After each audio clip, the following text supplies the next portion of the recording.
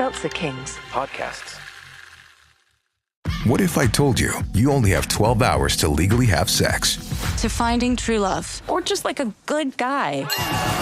From the director of Easy A and Anyone But You. This whole thing is nuts. There's nothing traditional about this night.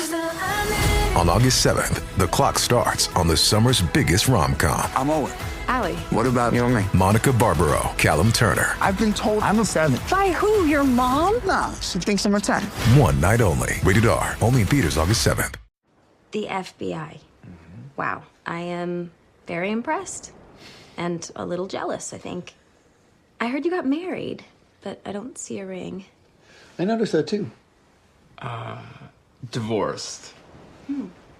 I'm here on this bomber case. People upstairs knew I had some local knowledge. Police chief says you and your dad are working the case. She's a piece of work. That she is. So you G-men come to town and piggyback off the local Seamuses? It's page 1 of the handbook. Okay, fine. How about lunch tomorrow? Yeah. It sounds good. Good to see you, Leo. Yeah, you too. Oh, sorry. Thanks for the hospitality. Thank you for the pizza. Yeah, you got it.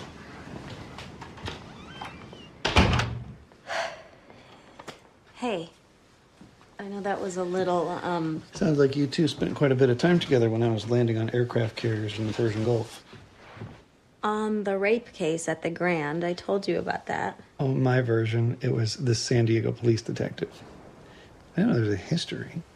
There it is. That vintage Logan Echolls jealousy. Oh, I'm gonna mainline it. No, it's no biggie, seriously. Harlots?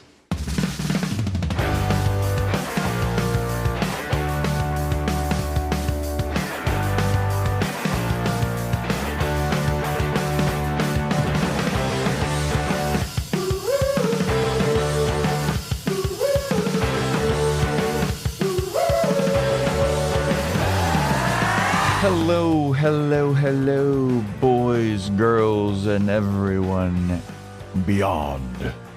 Welcome to another episode of Boys Watching Veronica Mars. We're just two boys watching every episode of Veronica Mars for the first time, giving our review, our reactions. We're your hosts. I'm Joe Welke. I am Vance. Today we're talking about Season 4, Episode 4, titled Heads You Lose. Directed by Rachel Goldberg, written by David Walpert. Before we get into the episode, join our Patreon, patreon.com/boyswatchingbuffy. We are doing True Blood. We're doing the 50 Shades of Grey series. Very fun. Last episode, very fun. The movie, maybe not so much fun. Maybe. But great podcasts. Interesting stuff in those movies. Lots to discuss. Plenty to discuss in 50 Shades Darker. It's it's a Twilight fanfic somehow. Yes. It really is. You really start to see it in that one, I feel like. Yeah. Check that out on our Patreon. Join our Discord. It's where we have all of our conversations about Veronica Mars and Twilight and True Blood and 50 Shades of Grey and Scrooged and whatever else we've done a podcast on. Yeah, it's a lot. And how are you doing, Vance? I'm doing good. I wanna give a shout out to a Discord user, Petite Rebellion, for getting me something off the Amazon wish list. For your birthday? I don't know if the note said for my birthday, just for being me. Okay. Hey, doesn't need to be your birthday to get a gift. Yeah. But I got the Dungeon Crawler Carl book. Hell yeah. And I've been looking forward to reading that. Heard nothing but good things. Wanted to read it before the spin-offs and adaptations and shows and all that stuff come out. But I'm still making my way through a previous Amazon wishlist gift of The Will of the Many, another book that is quite thick. I'm slowly chipping my way through it. I really enjoy it, but yeah. Hell yeah. Book Corner with Vance. Yeah, if you want to get a shout out, Apple Podcast 5-star rating and review, Spotify 5-star rating, screenshot, send it to us, or get us something off of that Amazon wish list. Veronica Mars, eh? Veronica Mars. Yeah. It's this is interesting. Based off the title, I had a question for you, Joe. Sure. When you flip a coin, do you normally pick heads or tails? I usually pick tails. Same. Tails never fails. I've lost with tails, but I always pick tails. Yeah, I always pick tails for whatever reason. Yeah. What you cracking? I am cracking a Monster Energy Ultra Peachy Keen. Hell yeah. I also went the peach route, but Alani Juicy Peach because I need...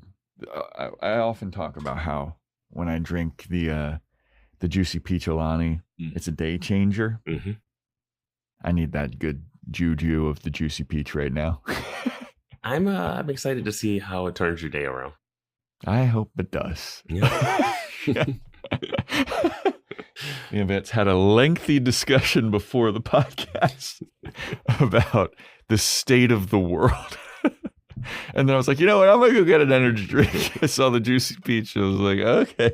That looks appropriate. Joe will have to record separately his follow-up, and we'll just throw it into the back of this podcast.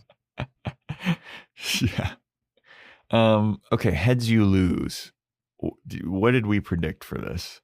I predicted that Alonzo and Dodie killed the Hellbillies. Okay. Mm-hmm. Nailed that. Maybe. Well, yeah. I said Dodie gets caught and the news gets back to Despiadado. Oh. That did not happen. Not yet. Keith is more limber due to his treatment. I have some thoughts on that. Veronica meets with Wallace and walks through Neptune high again. No. Forgot Wallace was in the show. Yeah. You said that Veronica talks to Weevil about the Chris $100 bills and the shitter. Kinda. Pretty close. Kinda happy. Yeah. I give that to you. Keith gets new info on the rats. The grocery store rat thing? Yeah, no, that doesn't really happen. Is the grocery store rat thing spinning off into the other thing, though? Maybe. Who knows? And then you said that Clyde is going to do something shitty to Daddy Dick. No. Yeah.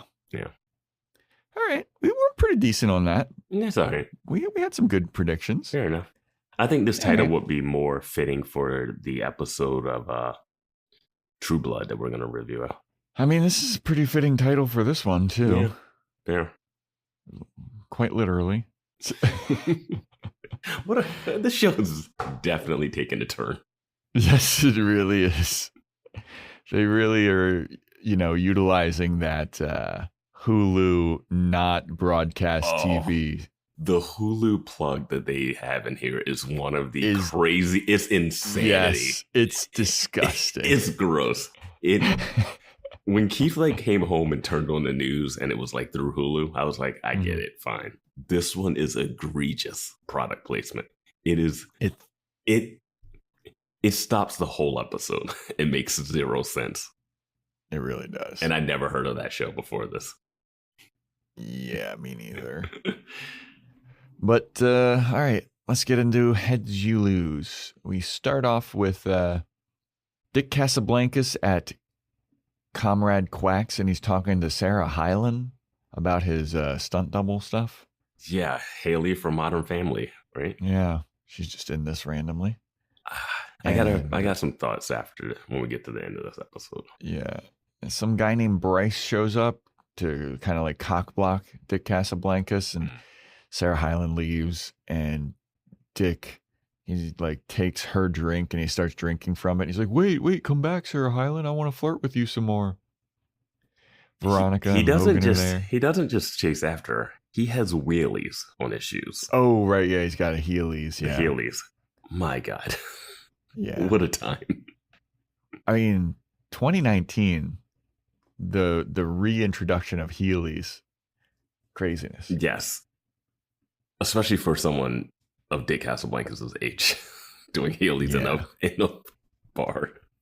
He's talking to Sarah Hyland about don't you want to flirt with me? Come home with me, hold me. I was almost bombed or whatever. Mm-hmm. And as he Heelys by, we see Veronica, Logan, and Nicole Malloy. They're discussing the bombing.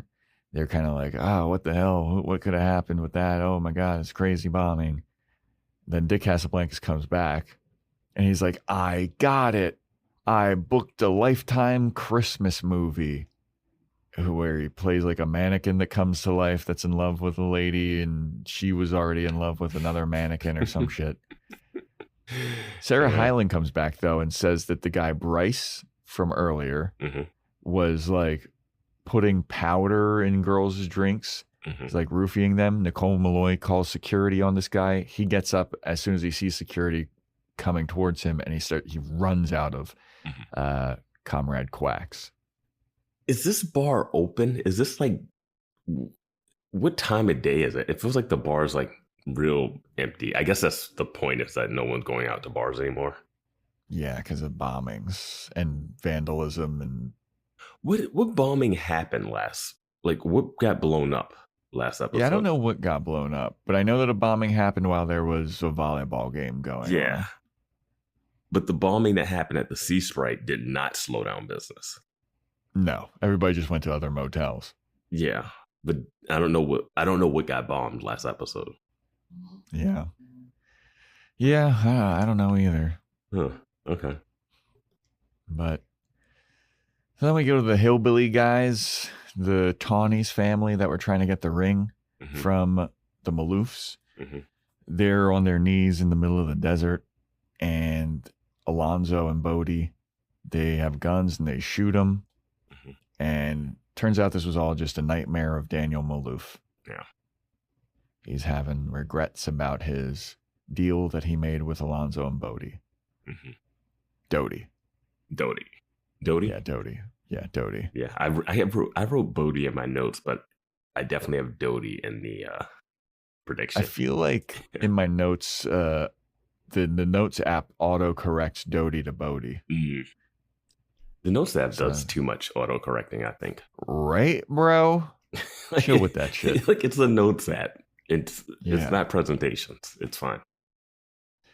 So then Keith is with the Maloofs, and they're positing that they don't think that Perry Walsh was the actual bomber. The mom is like, what do you mean he could have? The news says that he could have done it before he died. He could have planted the bomb before he died.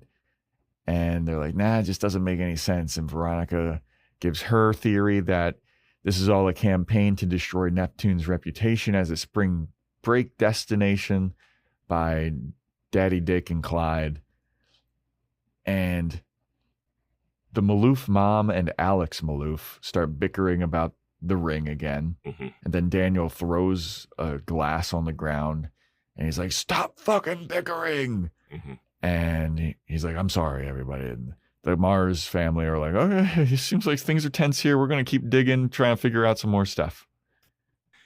Weird pickup from Keith saying, I think we found the bomber. And then Veronica being like, no. And now they're both like, yeah, we both think that it's not the right guy. That was a big moment last episode. Yeah. Keith was very much like, yeah, we found the guy. It's over. Yeah. And then when Veronica's like, I don't think so. Keith was rolling his eyes, kind of like, ugh, my daughter will not stop. I thought we had decided that this was over. Now they're just copacetic. They're just back to like, yeah, that's fine. We both believed it. We both believed that he wasn't the right guy.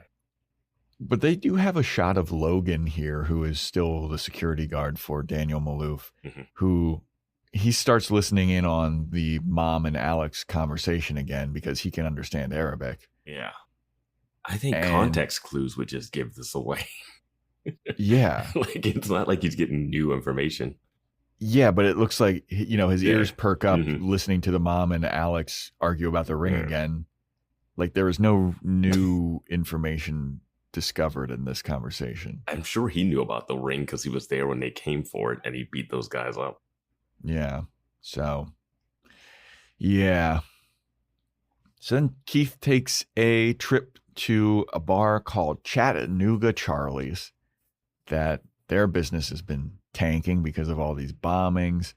And he's like, man, this sucks that it's the bombings. It's also if the ordinances from Nut take effect. That's Daddy Dick's little organization that he wants to restrict bars and stuff. He's like, if those ordinances get put into play. Like, I'm fucked. The Sea Sprite owner, he was trying to like rally the businesses together to rally against Nut. And then Keith was like, okay, so there was a whole cabal of these boardwalk businesses getting together to fight Daddy Dick. But there was also some other shit going on, literal shit going on at the Sea Sprite, where a guy was pooping in the vending machine. So Keith is like, hey, this is going to sound like a weird question, but is anybody like pooping in your ice machines? That question is so... If you've been to a bar, you know that bars don't just have ice machines outside of their place like a motel. Like, for someone to be shitting in their ice would have to be an employee. Yeah, it'd have to be an inside job. Yeah. Or they sneak in, camp out somehow. Yeah. But the guy is like, no, nobody. I've seen a lot of wild shit, but nobody has been shit pooping in my ice machine. But I will say that I have been dealing with some vandalism.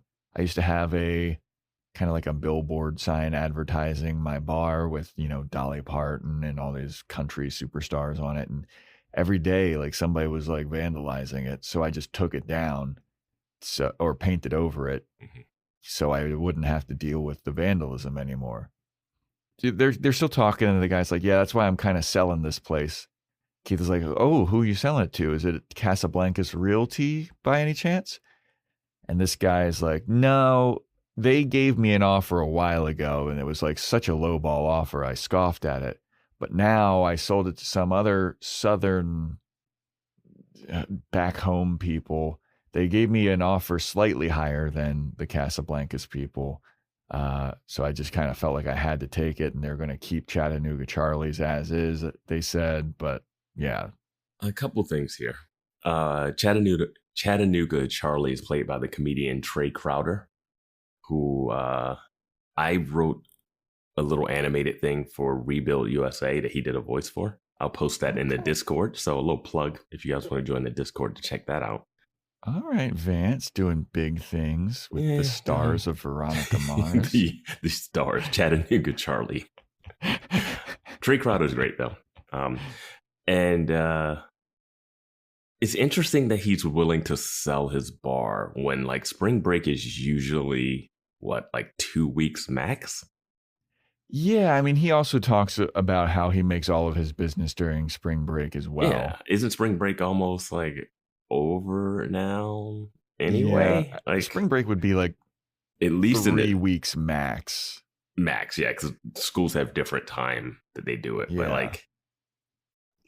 But, I don't know. But, yeah, that's the thing. Yeah.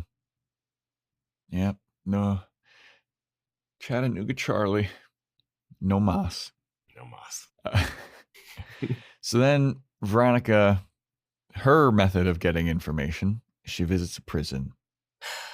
And we just get a cavalcade of old faces. This is insane. This is insane by her. This episode is just bringing back every person. Yeah. And then just dumping Haley from Modern Family in the top of the episode with no fanfare whatsoever. So the first person that she's there to visit and get information from is Tim Foyle.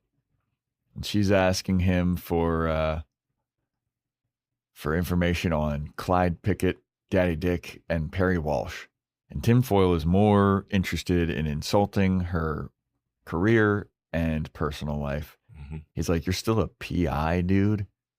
Bro, you were doing that shit in high school. Did you get married yet? No, you're not married. You have any kids? No. And then Veronica gets all snappy back at him. She's like, what have you been up to, you fucking murderer? You're in jail. Yeah. But apparently Tim Foyle is well thought of in prison because he's been helping people with legal aid and get their parole and get their sentences shortened and getting them off with good behavior.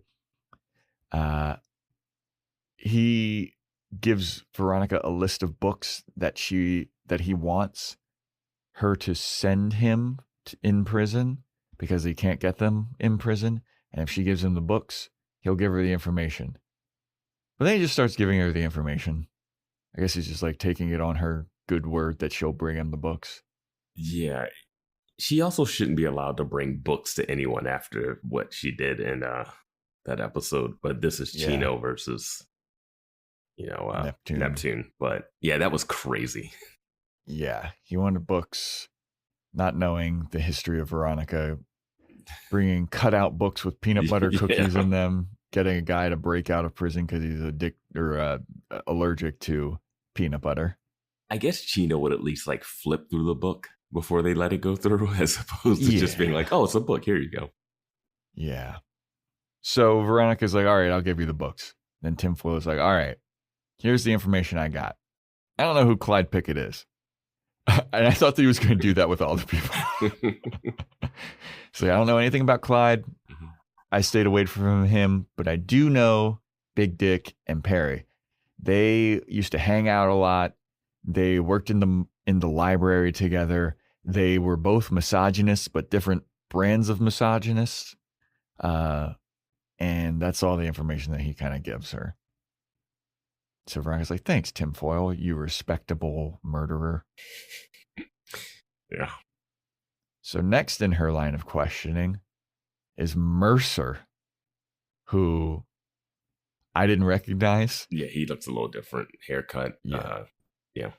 He's graying. Mm-hmm. He looks a lot skinnier. Yeah. But she's interviewing Mercer, and Mercer talks about, she's like, hey, I need the information. She's like, and then Mercer says, are you still with Logan? You know what you should do? You should ask Logan about our trip to Tijuana, where we were with 2 ladies of the night, and you should chat with him about that. And then Veronica's like, dude, I don't want to fucking talk about that. Are you going to give me information or not? He's like, why would I give information to the person that put me in this jail? And then he starts going on this whole tangent about like, all these other rapists are getting out so much earlier than me. But luckily my parole hearing is in 2 weeks. And hopefully I'll get out then. And then Veronica's like, okay, man, I'm going to leave. And he's still taunting her. And she's like, you know what? When did you say the parole hearing is? Maybe I'll show up and talk about how you're a piece of shit. And then he starts to give her some information off screen. It's crazy that she was not already planning to go to that parole hearing to make sure that this rapist, attempted murderer person would not ever be able to get out. Like, Parker serial rapist. Yeah, Parker should be flying in. Like, get this guy off the street. Like, it's what he was doing was like more than just a one-off thing, dude. This is, I don't know. And he does not seem like he's rehabilitated either. No, not at all. Not one bit. He's like bitter. He's like, there's other serial rapist that only got a couple months. Yeah, I was what like, the fuck? Nope. Where's the justice? Nope. He does not feel any remorse, and he's going to come right for Veronica. Yep. So yeah, after she threatens him about the parole hearing, he starts to be like, oh, what do you want to know? I'll tell you what I know. Mm-hmm. So then Veronica's back at the office, and she learned that Clyde was Dick's protector, which is weird because Clyde obviously is like an old man, but he was pretty well respected within the prison community. People didn't mess with him, but Clyde conned Big Dick to help him once he got on the outside. Mm-hmm. You know, the whole deal that we saw where Dick is like, if you help me on the inside, I'll help you on the outside. So that's working out. Mm-hmm. Big Dick worked for Perry in the library. Perry's a misogynist, which lines up with his manifesto about how he doesn't like women or whatever. And Veronica thinks that Clyde may have written fake manifestos for Perry to like make it seem like Perry's the one doing the bombing. Yeah. Then Maddie Ross shows up, the Sea Sprite owner hotel's daughter. Mm-hmm. And she was talking about, Keith asked her about like how her dad was trying to organize all the boardwalk businesses. And then he's like, hey, Maddie, why don't you go out into the hallway real quick? Me and Veronica have to discuss some stuff still. So she goes out into the main like lobby area, and Keith starts talking with Veronica more about like, yeah, I think that Dick wanted to buy boardwalk property because I talked to Chattanooga Charlie. He said that he got a low ball offer. Sea Sprite's getting calls from Daddy Dick. They think that Nut's going to try and do all this property buying up. Meanwhile, Maddie's in the other room reading like Veronica's prison visitation papers and being like, this is interesting and odd. They gotta get a lock. They gotta get a lock on the front door of they gotta get a lock on something. People just keep walking in a blind corner and being like, hey, mind if I talk? Dude. So then Keith is also telling Veronica a theory about like all of the boardwalk businesses were getting offers from Casablanca's Realty, lowball offers, bombings, vandalism, stuff starts happening. Then this other realty company gives slightly higher offers than Casablanca's Realty, and now people are kind of taking them.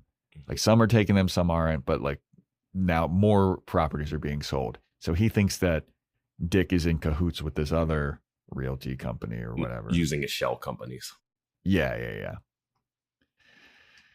So there's all that. I don't know what Maddie's going to do with the information that Veronica was looking at or visiting the prisoners in Chino. Yeah. That hasn't like come to be anything yet. I don't think so. Maybe she's going to fall in love with Mercer. Or Tim Foyle. Oh, Tim Foyle. Tim Foyle did have that hot girlfriend that he got pregnant, or maybe he didn't get her pregnant. Yeah. That was a dark episode. Didn't he get her pregnant, and then she had somebody like give her the pill to make it not pregnant? It might have been Dick's. It might have been Dick's baby, though. Oh yeah. What a fucking dark show this is. This show's so dark. I keep explaining to people that like I'm enjoying season 4 a lot more because it's just bombings versus right? I was like, this is like a breath of fresh air so far. Yeah, people's heads are being cut off and you're like, Yeah, like this is nice. Yeah. I can watch this I just remember that one day where I woke up at 8 a.m. and the episode that I watched was the one where Sheriff Lamb didn't believe Parker. And he was like yelling at Veronica, like, yeah, all you girls are faking your rapes and all this stuff. I was just like, this is the first thing I'm doing in the morning. No Juicy Peach is going to help that day. No. But this is fine. I like the mystery of this. This is fine. I like the bombing thing. I like the cartel stuff. Like this is good. All right, yeah. Speaking of. Yeah. So that guy Bryce from earlier in the episode that was at Comrade Quack's, who was potentially roofying girls. Yeah, also, I forgot to mention this. When we're at Comrade Quack's and Bryce is at the there's like a table of like 20 girls and then him. And it's just like him on the corner, like, "Hey, what's up, lady?" Yeah, it's so weird. And Nicole's like in sweats. It looks like she's not really. Well, they were at dressed the volleyball thing. Oh, so this is directly after. This is during the day, directly after the volleyball thing. I'm guessing. Veronica had on her jacket, so it didn't seem like this was the volleyball. And yeah, it just couldn't have been directly after the volleyball thing because they would have been still like shirtless on the beach. They're fully. You can put a shirt on. No, I'm saying Dick and Logan seem like they like fully dressed. Isn't Dick wearing a jacket? He's wearing Heelys, which he wouldn't have been wearing at the beach volleyball. Yeah, I don't know. This felt like an out of time spot. Yeah. But Bryce, the guy from earlier, he wakes up on the beach with a bomb attached to his neck in some kind of handcuff contraption cage situation. And he wakes up and he looks down. He's like, what the fuck is this? And then he starts running towards civilization. He runs up to a restaurant where there's like outdoor seating. He's like, what the fuck is going on my neck? What is this? Is this a bomb? And everybody starts freaking out and running, except for one lady who has like the, fight, flight, or freeze. She has the freeze response. 100%. She does not run. She stands there and screams. Yeah, she calls 911 and just screams into her telephone.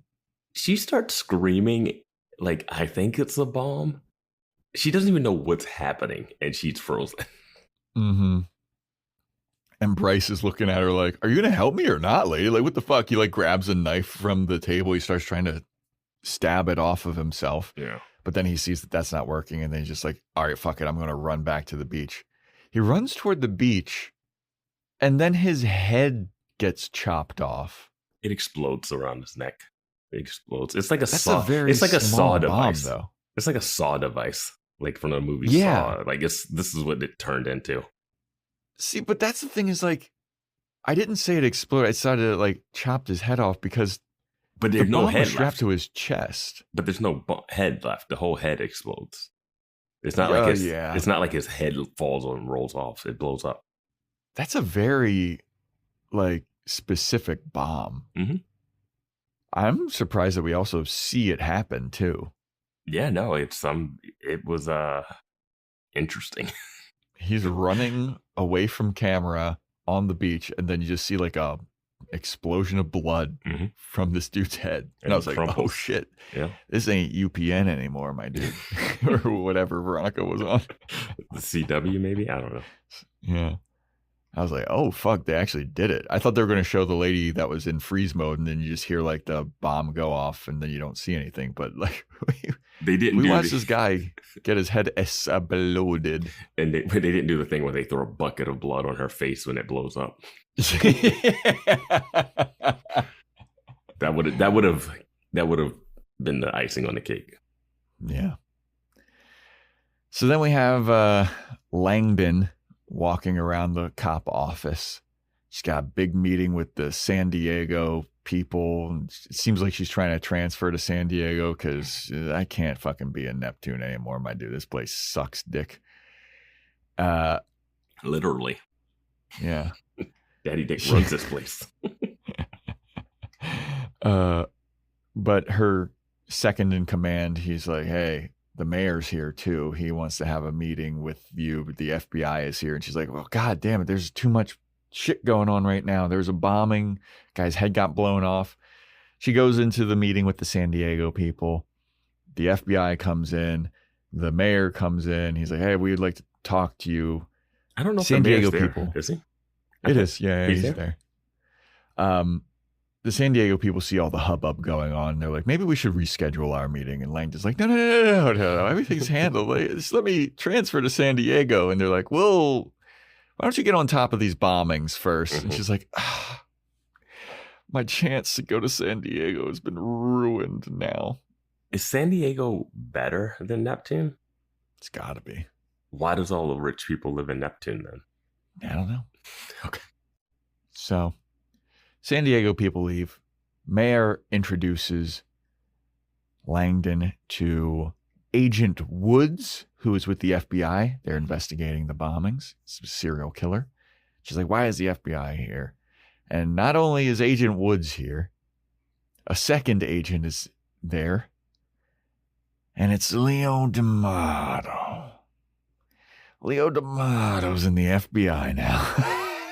It's pure insanity. Like, this is from the movie, so it's not like a big surprise for us having seen the movie. But if you're just diving in movieless, somehow Leo, who lost his job for stealing evidence in one of the biggest, most high-profile cases Neptune had to date, ended up getting his job back.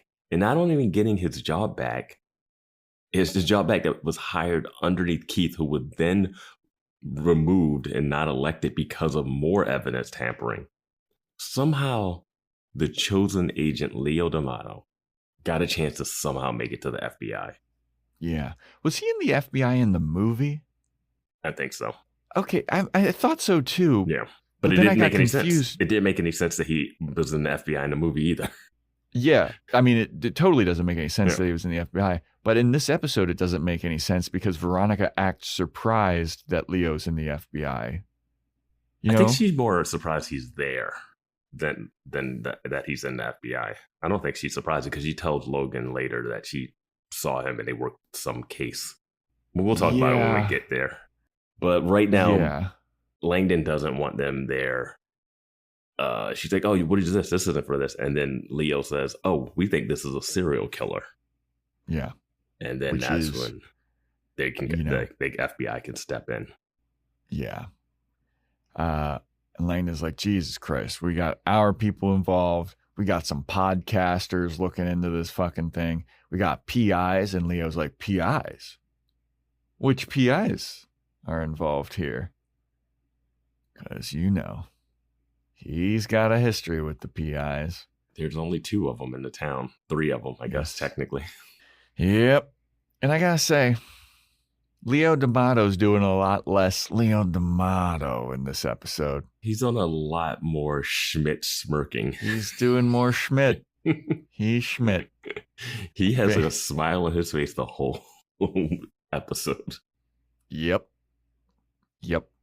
He's less Leo D'Amato and more, hey, Leo D'Amato. Yeah. He's a pizza delivery guy now. Yeah. Speaking of, he shows up to Veronica's house with a pizza because that's their running gag that they have together. And he knocks on the door. He's smirking. And then Logan answers the door. Mm-hmm. And Leo's like, oh, hey, is Veronica here? Logan's like, no. And who the fuck are you? I didn't order a pizza. He's like, oh, it's a thing with me and Veronica. It's an old running joke that we have. And Logan's like, all right, well, tell me the running joke. Let me see how hilarious this is. And Leo's like, well, she used to come to me for information and she would give me pizza. And Logan's like, ha ha, very funny.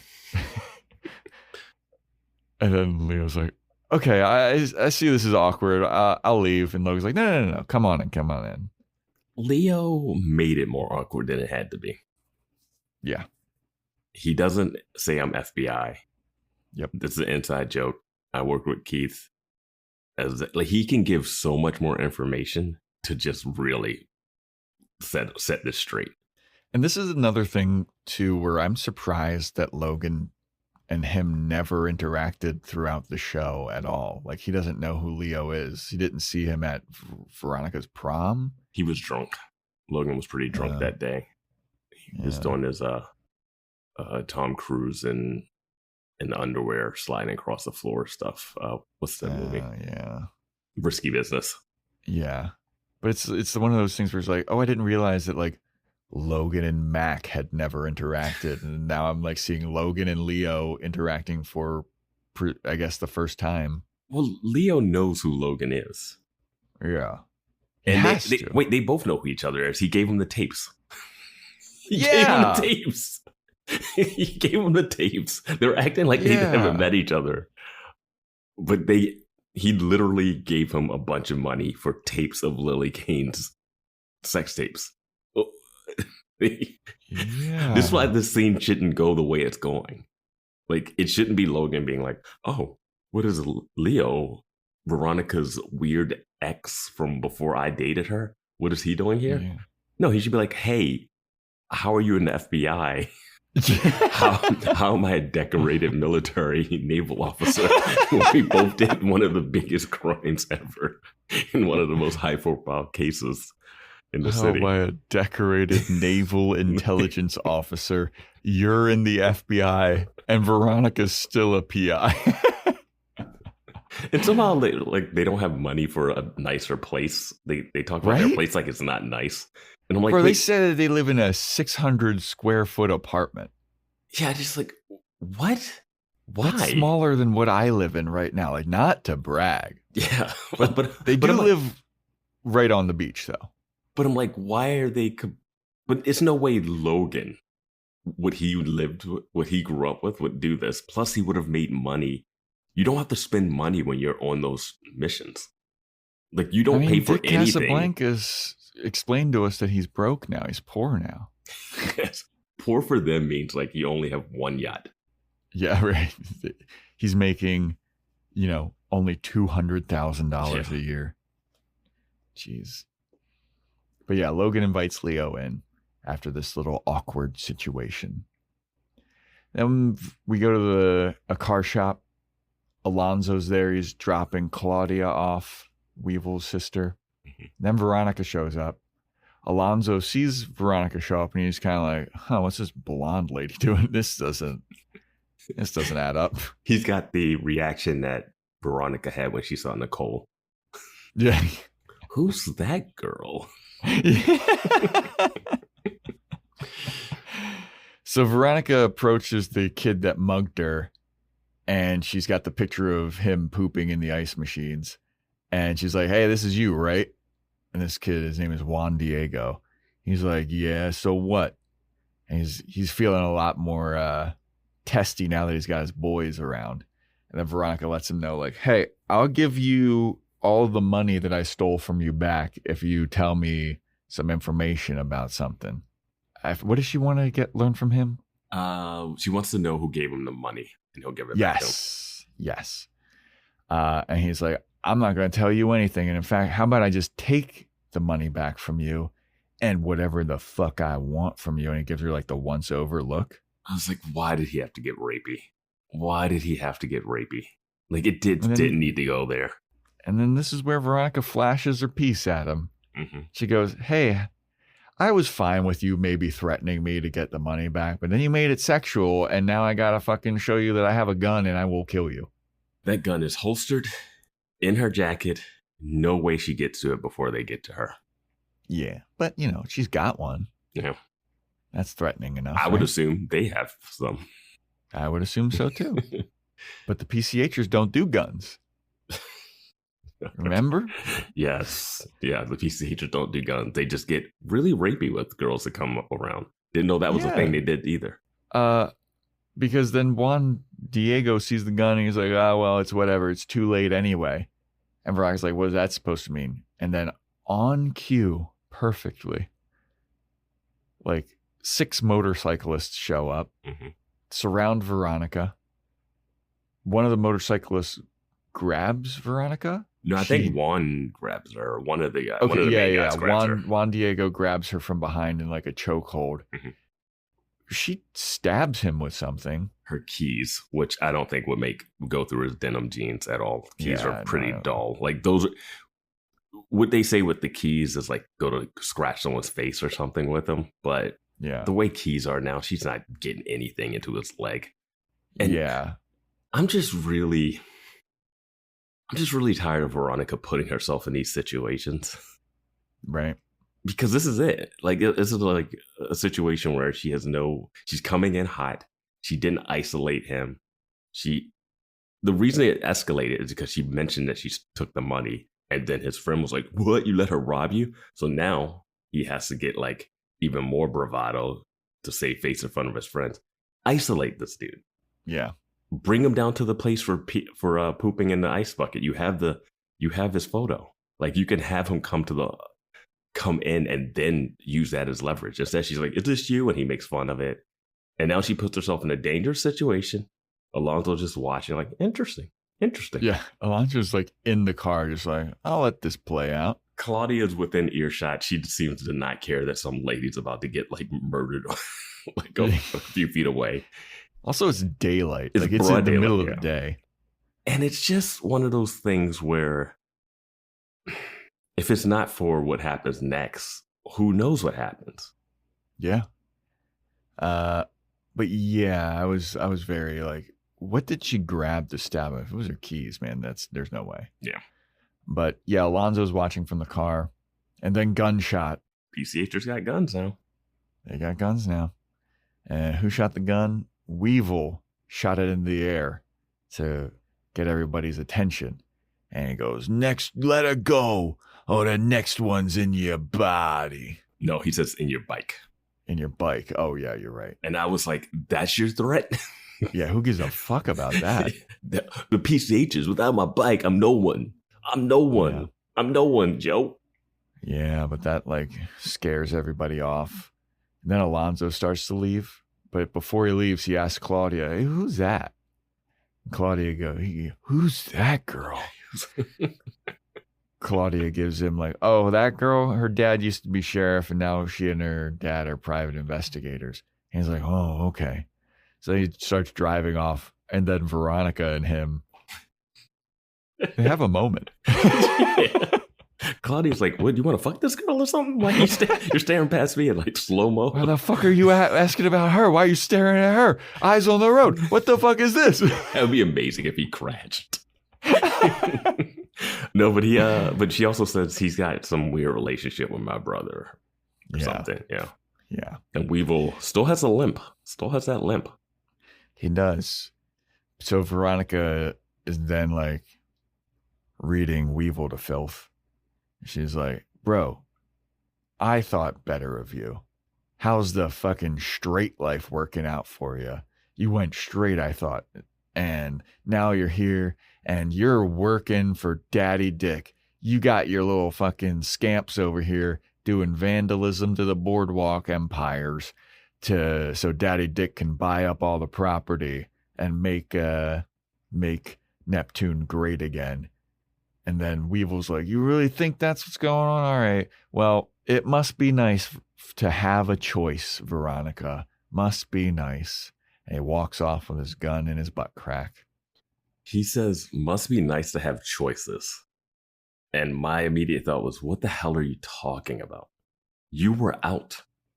Yeah. We watched, like, if I didn't see the movie, if this is coming off of the end of the last season, no, even then, he was still like working he still had the school job. He was actually doing fine.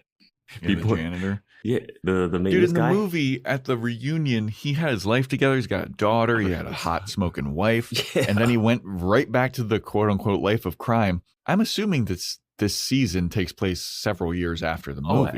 Yeah, absolutely. So Veronica would know that he's back doing crime, right? She at the end of the movie. It's spoilers for the movie, but at the end of the movie, she's helping him with his like false incrimination thing that's happening, and he's on the motorcycle. Yeah, but she just likes to give him shit about. She did this in season 3 too, where she'd give him shit. Hey, you stole Lily's necklace from me. He's like, you think I did that? And then she's like, hey, I actually need you to steal a car for me. Like, it's too much of her wanting him to do criminal stuff, but then giving him shit when he does criminal stuff. I don't like that. I think in this scene, she implies that he has something to do with the bombings. Yeah, and he's like, oh, yeah, I fucking was on the grassy knoll, too. Yeah. But I when he's like, must be nice to have choices. I'm like, what are you talking about? You had a choice. You chose this life. You were free. Why did he go back to the life of crime after It made no sense. What? Yeah, it never made any sense because they wanted to reset.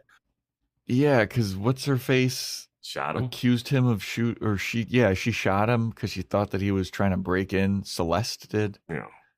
There was no reason for him to go. She shot, that's what we said. She shot the crime back into him. Yeah.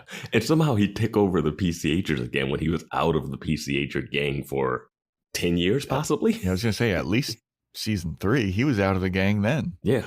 He's giving speeches about how he turned his life around as a janitor or whatever. He was a maintenance worker, Joe. Maintenance. He could fix everything. Yeah, he did fix AC units and the radio. Yeah. Radio show. Like, he was everywhere. But I just don't understand how Veronica's like, wow, look at you, back to the life of crime. It's like, you would have known about this. Well, I mean, if Logan and Leo can't remember what they did together. Yeah. Insanity. Is this season acting like the movie didn't happen? Or the previous seasons didn't happen. Yeah. Yeah. So anyway, Veronica comes home. She sees Logan eating pizza. She's like, huh, that's weird. You got mushrooms? That's not really your style. And he's like, yeah, it's because I didn't order it. You got fucking Leo D'Amato over here. Well, he tries to pretend like it was some girl or whatever. Oh, yeah. There's a little jealousy play. She's like, yeah. And then Leo comes out of the bathroom. And he's like, hey, Veronica. And then Logan says, yeah, is your ex-boyfriend here? I also think Piz is back there. Hey, Piz. I was like, what? Yeah. What are we doing? Like, she dated Leo for like 2 minutes. Yes. Illegally. Illegally, and they were still in high school. Yeah. This wasn't even senior year. Wasn't this like that was season 1? No, were they dating in season 2? I don't remember exactly. But yeah, no, man, this doesn't make, no. But like, it's in this scene that she's impressed that he's in the FBI. She's like, wow, the FBI, huh? And I was like, she maybe he that. wasn't in the FBI. Maybe he was just a detective at a different police station. I think maybe he was a detective. He wasn't quite FBI in the movie. Maybe. That makes sense. That makes some sense. Yeah. But Logan's on the couch all fucking jealous, like. What? Yeah. Yeah. Yeah, but then Veronica's like, all right, well, it's getting late. Let's get lunch the next day. We can go over our case files. And then Leo's like, all right. I was like, if you're jealous now, she just made a second. Leo has sat in this house sun up to sundown waiting for Veronica to get home. Yeah. It is night. And I'm like, where's his partner? What is the FBI doing? What does he know? He's the FBI. Agent Woods. He's the FBI. He should have more information than she does. Veronica tells him, gives him some shit about that. Oh, the FBI, classic FBI. Here you are. You're scrounging at the bottom barrel of the local yokels to get information. He's like, that's book one, page 1 of the handbook. Wasn't she supposed to be in the FBI? She was. She was doing the internship or whatever. I would have loved to see her with what's her name? The one that she faked out to get Duncan. Lucy Lawless? Yeah, Lucy Lawless. Xena. Yeah. Her and Xena team up. That would have been pretty dope. Yeah. Or Leo with... Leo show up with Lucy Lawless. I don't know. They're bringing everybody back. Right? Why not fucking bring her back? Yeah. She's like, hey, I'm back again. Hey, where's that billionaire son that disappeared with the baby? That baby who's now like 12 years old or whatever. Yeah. Yeah. I don't know, man. Duncan's going to recitals and practices and graduations already. In Australia, mate. Yeah. But Leo's like, all right, I'll talk to you tomorrow. We'll get lunch. So he leaves. Logan's mad that Veronica didn't tell him about Leo. And she's like, don't worry about it. And she's like, well, wait, are you jealous? There's that old jealousy that I love seeing from Logan. And he goes, I'm not jealous. In fact, I'm so not jealous that let's do a product placement. My note is like, Veronica's so turned on by Logan being jealous. We are not going back to the therapy thing at all. That scene is not even... I feel like they are going to go back to the therapy. But look at them. They just seem like they're like happy in this weird stasis that he seemed to not be happy in before. I don't know. He was pissy as hell during this scene. His arms are crossed. He's on the couch like, meh, meh. Like any joke that they would do together, he was like, meh. You guys... I'm like, bro, you bought the sex tapes from him, dude. Like it's you guys cannot not know who each other are. I feel like Logan, would a Navy intelligence officer outrank an FBI guy? Ooh, it's close. Yeah, because I was kind of thinking about like who has the, if they're doing a dick measuring contest, who's got the most, credentials here. Well, I gotta say, Logan never dated a underage woman and got kicked out of the... Fair enough. Here's the question. What's the bigger success story? Is it Leo or is it Logan? Leo, definitely. I gotta go Logan. Why are you saying Logan? Mom offs herself. Dad kills your girlfriend. Tries to kill your new girlfriend. You are accused of murder multiple times. You also should have been accused for obstruction of justice, but you got off of that. You actually did accidentally carry out the murder of Thumper. Yeah, and also whatever happened in Mexico. Got away from Mexico, was best friends with a serial rapist, and then somehow becomes and then also gets off more movie stuff. Another murder of a fiance that he was very engaged to. See, I say Leo because Logan was born into wealth. Born into wealth, but he hasn't achieved the success of that wealth. You know what I mean? Like he's not like in a place where he like runs some random business and he just has money. Like he actually goes on 180-day like missions. Like he Yeah. speaks Arabic. Arabic, yeah.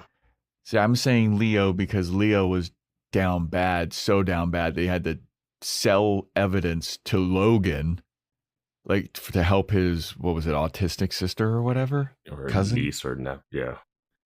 But he became a security guard and then got back into being a cop and then became a detective, and now he's in the FBI.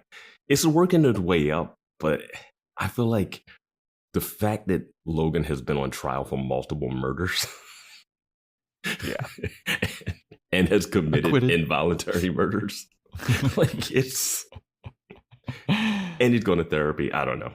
I got to give Logan turning his life around. There's a lot.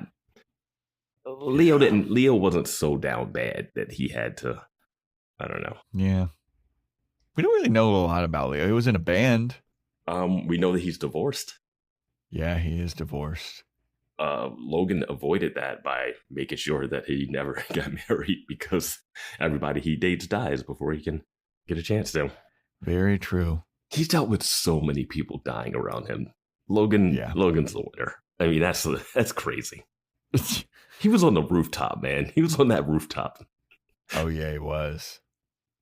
And we don't know what Leo was doing. We don't know what Leo's seen or what he's been through. Yeah, I'm saying what we've seen. You can't like throw in stuff that hasn't been. Yeah. Leo's just been eating pizza and work and just, but this like Hulu product placement. Yeah, we gotta watch Harlots for a good 30-second trailer in the middle of this. When he's on the couch, he's like, Harlots? And I was like, what? What is that show? I've never heard of that. And then Veronica leans onto him and he like hits play and they just start watching an episode of the Hulu show Harlots. And they show about 20 seconds of it. And I was like, what the fuck is happening? Well, I was like trying to pay very close attention to like the closed captions. I was like, maybe some of this dialogue is going to relate to the case or something. No. It doesn't relate at all. It's literally just a commercial for Harlots in the middle of this show. I have never heard of that show. Me neither. And I like literally stopped and like looked it up to make sure it was a real show and they weren't making something up. And I was like, oh, this had 3 seasons. Yeah. Good for them. Hey, if you hop on Discord, let us know. Are you a fan of Harlots? Anybody watch Harlots? Next Boys Watching series? Boys Watching Harlots? I love that Logan's like, Harlots? I'm like, no way. Oh, man. This episode is brought to you by Google Chrome. You think you know a browser, but Gemini and Chrome? That's new. It can help you with practically anything on the web, like restoring a vintage motorcycle from a 50-page restoration blog, or finally break down that long article you've had open for weeks.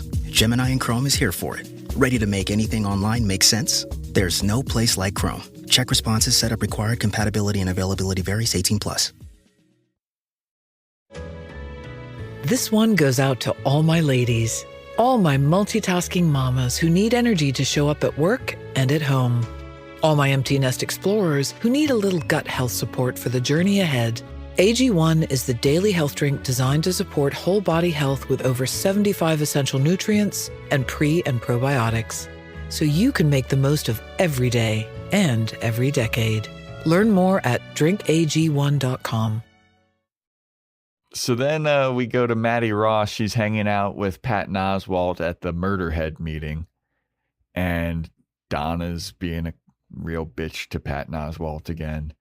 They're mad at Patton Oswalt for going public with, number one, their group name and their group. Mm-hmm. And number two, saying that they believe that it's Daniel Maloof. When they all were like, we all didn't agree on that. That's your theory. And you're saying that all of us think that it's Daniel Maloof. That's fucked up, man. So then Maddie is in the background and that guy Don, who's on the webcam, is like, hey, who's that? Who's that girl back there? Come forward. Let us come into the light. Let King Don see your face. There's something about that guy, too. There was a line in one of the episodes where he was like, oh, I got to go back to Congress or something. Like, he's definitely in politics, which makes it even more seedy that guy is like... Don? Yeah. Yeah, there's I didn't realize that. There's like a line like that he says off screen of like, oh, I got to get back to something. Like, so he's definitely he's definitely like a councilman or he's in some type of political position. But Maddie comes forward and she's talking about how the Mars investigations crew, they figured out that Perry Walsh was like a piece of the puzzle, but they don't think that Perry Walsh is the actual guy behind the bombings. I hated the way they delivered this information. At first, it was like she was agreeing with Patton Oswalt that Perry did it. And then she was like, oh, but no, they also don't think he did it. And he's like, whoa, wait, what? Yeah. And then she starts to talk about how the Mars investigations people, they have the theory that this is all, big dick Casablancas trying to buy up boardwalk property. And they're the ones behind all of this vandalism and crime. And here's a question. So you get rid of spring break, you buy up the boardwalk property.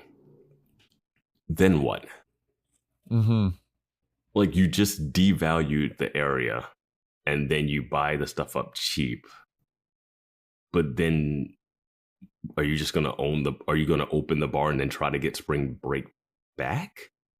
I don't know. Maybe he's trying to sell like luxury condos or something. Is he just going to bulldoze it all and just turn it into luxury condos and private beaches and stuff? I would think so due to the nut stuff. Like he's on a Make America Great Again trip. Yeah. But I feel like Make America Great Again people like to party like that. Well, he's going to build his own Mar-a-Lago? Is that what you're thinking? Maybe, or just like make spring break in his own image. I don't know. I don't know what Just the plan is exactly, but I mean, a big gold, big dick Casablanca statue on the boardwalk. Like businesses will do, like shady companies will do this and like devalue stuff and try to lowball and buy up stuff. Like, I mean, it's going to be craziness that happens in LA with the whole like fires and like what happens in those areas when they get like built back up and who's going to buy that stuff. Pacific Palisades. Yeah. So yeah, but it's something about like spring break's like 3 weeks, like we say. Very tricky. I'm interested to see how far this goes, but I have a theory about what's actually happening. I like to hear that whenever you have the chance. I'll say it at the end of the episode. My question is Patton Oswalt a good actor? No, he's a fine actor. He's not a good actor. I feel like this episode, he's kind of weak. Yeah, I mean, he's never been... I mean, if you want to see great acting from him, you got to listen to our what is that show that we did? What's the one with... Dollhouse? Yeah, Dollhouse. Yeah. I'm dealing he with... was pretty good in those. I'm dealing with some Keith Mars brain farts myself this episode. I can't remember anything. No. Just the saddest storyline lingering in the background. I have thoughts on that one too. But I probably drank more whiskey than Keith did this episode last night. So speaking of Keith, he's with Veronica back at Mars Investigation, and he's talking about how he tracked down Ichiko Doi. He tracked her down, Clyde's ex-girlfriend or whatever. And the thing was, Ichiko Doi, she knew where Clyde was stashing his cash reserves. And once he went to prison, she made off with it. She made off with $392,000. What a specific number. Very specific. And Veronica's like, what? No way. I want to be in the writer's room. And you're like, should it be like 402, 415? No. It's got to be under 400. Yeah. $392,000. And so Veronica's like, so what does she like? Is she trying to get away from him? And he's like, oh, no. Ichiko Doi. She wants Clyde to get in touch. She wants to get in touch with Clyde Pickett. Mm-hmm. And then they're like, that's really curious and weird. Do you like that we didn't see how he tracked her down? I didn't put too much thought into it until you just asked now. And now I'm kind of like, oh, yeah, I kind of wish. We saw him make phone calls to get Perry's information. But this one, he's just like, yeah, I found her. Yeah, I found Ichiko Doi. Yeah. She's the only Ichiko Doi anywhere. Yeah, she's listed under Ichiko Doi. Her email is ichikodoi@gmail.com.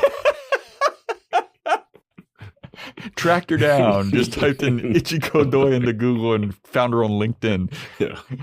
Or whatever Hulu friendly search engine. She's starring in Harlots.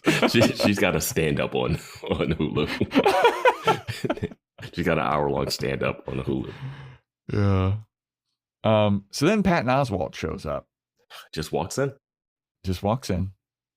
And Keith is like, hey, yeah. Well, before he walks in, Keith talks to Veronica about, like, I think that our theory about Big Dick and Clyde might be wrong. Because, like, why would Ichiko Doi want to get in touch with Clyde if, like, he's, you know, such a bad guy and all this stuff? She just think highly of him. So they're like, huh. So then Patton Oswalt comes in. He's like, hey, I've got a proposition for you guys. How about we work together? The murder heads, Mars Investigations, we pool our resources, give all of our information, share it, and then, like, we will even work for free. We don't care. We just want to get our name out there. We want the recognition as, like, investigators and, like, all that shit. And Veronica's like, hey, how about no? And he's like, really? And they're like, yeah, well, I mean, I'm pretty sure that you accused Daniel Maloof publicly based on the basis of nothing. And so, like, us working with you would make us look bad. And speaking of Daniel Maloof, I'm getting a text message or a phone call from him, and he wants to see us ASAP. And then Patton Oswalt is like, look, please let me work for you guys. I just want to, you know, I've been hanging out with Maddie Ross, this teenage girl, and I'm like a 55-year-old guy. And we've been hanging out a lot lately. Me, elder pizza man, her, a girl looking for a father figure. This isn't creepy at all. We've been working together, and I've been hanging out with her. And I just want to set things right for Maddie. Like, I want to do this for Maddie. And they're like, yeah, we'll think it over. Then Patton Oswalt's like, I know what that means. I get it. All right, that's a no. All right, I'm leaving. And then he does, like, little walk away where he's, like, kind of like kicking the ground. Yeah, and I'm waiting for them to chase. I was just waiting for them to be like, wait a minute. I was too. And then, like, they had the moment where Keith, like, turns his head to Veronica and he's like, all right, should we go? Oh, he says, like, unless you want to. Like, because there's something about, like, no, we're not going to use your help. And he leaves. And then he looks back at Veronica, but, like, unless you change your mind. It seems like that's what he's saying. I think. But then nothing comes of that at that moment. Ichiko Doi. Love that name, dude. Such a fun thing to say. So we go to the Neptune Grand, which Neptune Grand has gotten quite a makeover over the years. It looks bad. It looks bad in a different way than it used to look bad. Yeah. I mean, Logan's place was ridiculous. I don't understand the decor in that room. But this looks so old. You know what it looks like? There's that place in Pasadena or Huntington Gardens, like one of those hotels, like one of those older hotels. It looks like a very old classic like hotel, but that's not what it looked like before. Yeah, Logan's room was very colorful and it had like tree branches as the door handles, and there was like a big bass fish hanging up for no reason. I couldn't tell what he brought in and what was there. Yeah. He didn't bring in the tree branch door handles. We know that. You don't know what he's doing. You don't know what he's up to. But like you said, this looks like a classic, like just regular, quote unquote, classy hotel. There's gold shit everywhere. Yeah. Where's Ratner? Is he still working here? Yo, this would have been a perfect episode for Ratner. It would have been. They brought fucking everybody back. Yeah. Why not bring Ratner back? Mm-hmm. But Daniel Maloof and Logan are getting on the elevator that Veronica and Keith are in. They're like, oh, just in time. Daniel Maloof looks like disturbed that Veronica and Keith are there. And they're like, what the fuck is up with this? You told us to come here. Also, they're coming away from like working out together or something. Mm-hmm. What do you think? What do you think the conversations are like between Maloof and Logan at the gym? with the sauna. Based on what we see later on in this episode, I don't think that Daniel Maloof has talked to Logan at all about anything. Why is he still in Neptune? Grand? Do they not have a house? Trying to get the ring? Where do they live? Yeah, I don't know. He's supposed to be like the Middle Eastern Barack Obama or whatever, right? Why is he at the Grand? Why is he at the place that everyone attacked already? Like, wouldn't that be the first move? It's not stay in a place where people know where you are. Like, yeah. So they get up to Daniel Maloof's suite, and Daniel Maloof tells Logan, "Hey man, go in to the suite. I'll be in a second." And Logan looks like that's a little suspicious, but all right. So Logan leaves. Maloof turns to Veronica and Keith in a frenzy. He's like, okay, I told you guys that you need to come here quickly because I got another email from the blackmailer, and it says that he's responsible for the bombing, and I couldn't forward it to you because he said that if I forward it, he'd know, and I just needed to show you this in person. And Veronica's like, all right, calm down. Keith is like, hey, buddy, what's your name again? And Veronica's like, Maloof? And he's like, yeah, right. Yeah, sorry. It's been a hectic day. Yeah. I was like, I get it. I forget his name all the time. I, like, I do that shit all the time. I've done that like 12 times this episode. I was like, if he's just forgetting Maloof's name, it's like, all right, fine. You're like, that's not that bad. Like, that's not anything to like write down in your journal of forgetful times.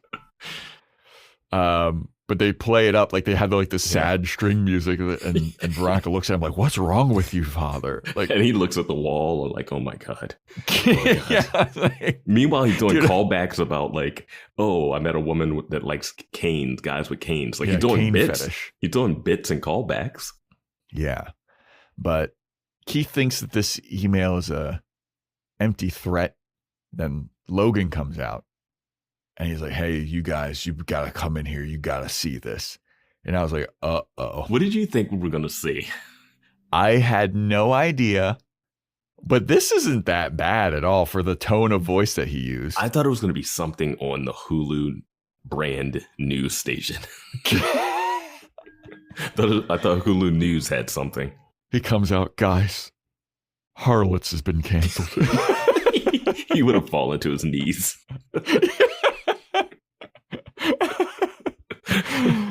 Oh god! I just got news. That would be amazing if a Hulu show promoted the show and its cancellation in one episode. That would be incredible. I would give it up to Hulu if they had the balls to do that. Yeah. Oh man! But no, he comes out, guys. You gotta come in here. You gotta see this. And so Veronica, Keith, and Daniel come into the room, and who's into the hotel room but Vinnie Van Lowe? I was one episode off with my prediction. I predicted last episode we'd see him. Vinnie Van Lowe has been hired by Daniel Maloof's mom to find the ring. And Vinny's like, I swear to you, I'm going to find this ring. I can't believe they don't care about the ring.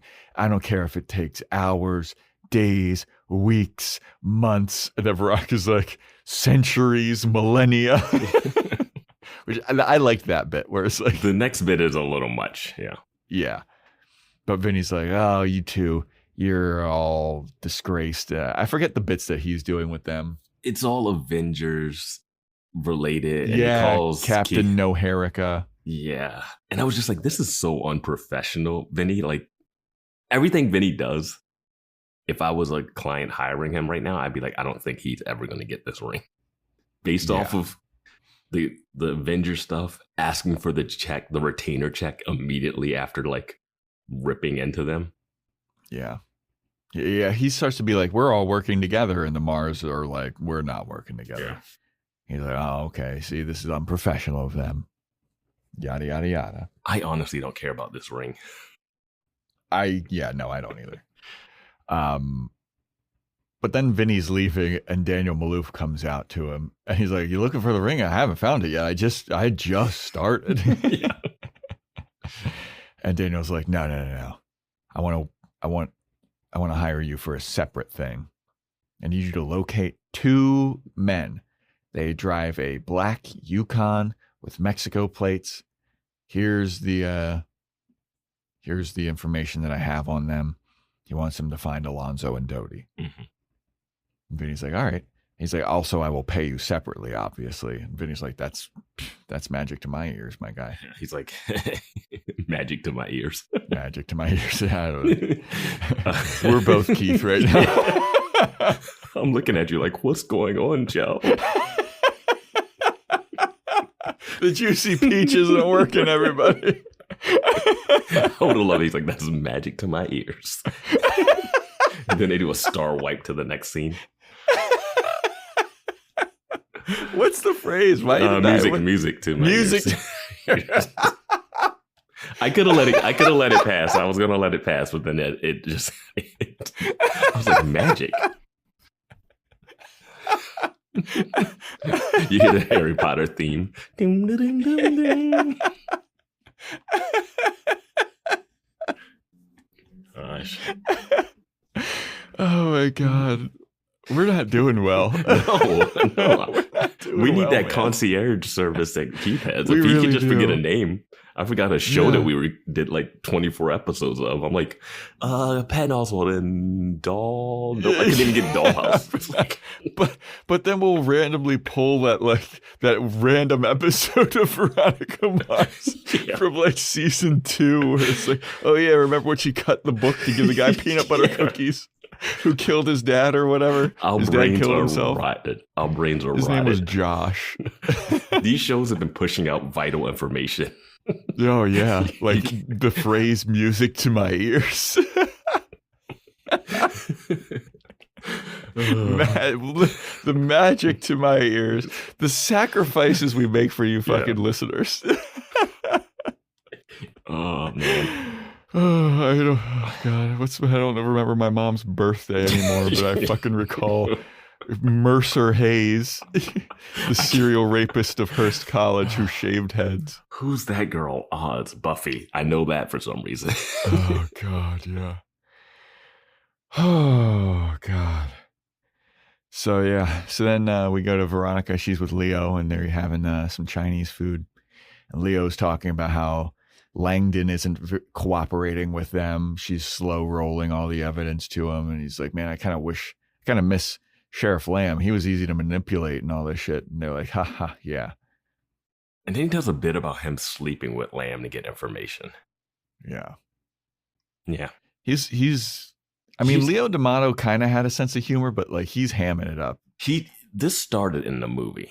He did a long bit in the movie. And I was like, oh, I didn't know he had that in him. But now he's just, I feel like he's like, I'm in the show, but now I've like actually acted in a bunch more things. And he's like, I'm just being loose on this one. Yeah, bro, check out The Neighborhood on CBS. I mean, this would have been out around the time as The Neighborhood. What? 2019. Yeah. Because we were just starting podcasting around that time. Yeah. We were considering No, we were never considering reviewing The Neighborhood. That's never going to happen. The conversation I recall having at Alcove. I do recall shooting that one down. Also, your decision to do Tyler Perry movies. I went to do all the Tyler Perry Medea movies. And I shot that one down too. Oh, but now we're doing 50 Shades of Grey. Are you happier with that? No, I'm not happy with any of my life choices.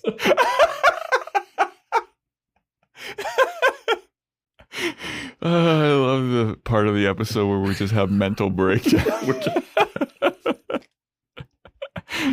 There's still so much episode. There's still so much episode left.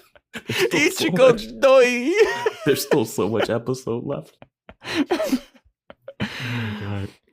But Veronica tells Leo that she's going to research this nail that they found. And Leo's like, that's a nail that they found at the bomb site that was part of the shrapnel. I thought the nails that they found were from something else. Wasn't the shrapnel? Was the shrapnel not the same thing as the nails? The stuff that came out of Patton Oswalt's back? I thought it was black. Yeah, I thought that it was because the nail is all bent and stuff. Yeah. Whatever. But Veronica's like, we're going to go to the hardware store and we're going to figure out what's up with this nail. And so they go to the hardware store. They see Christian Grey with Anastasia Steele there, buying up some rope and duct tape and everything. They're like, we're going to ignore that. Mm-hmm. Is that Clyde, though? Is that Clyde? J.K. Simmons, Clyde Pickett?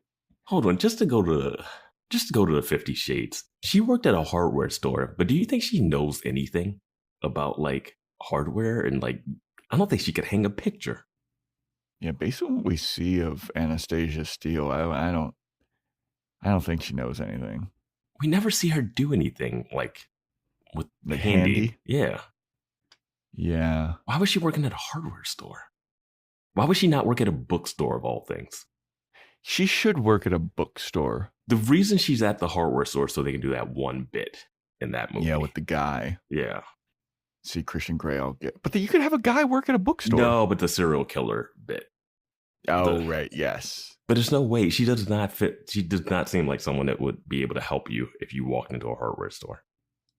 Yeah, she's also very meek and like, oh, I don't know. You could be meek, but like, is like a home decor person or something. Knowledgeable.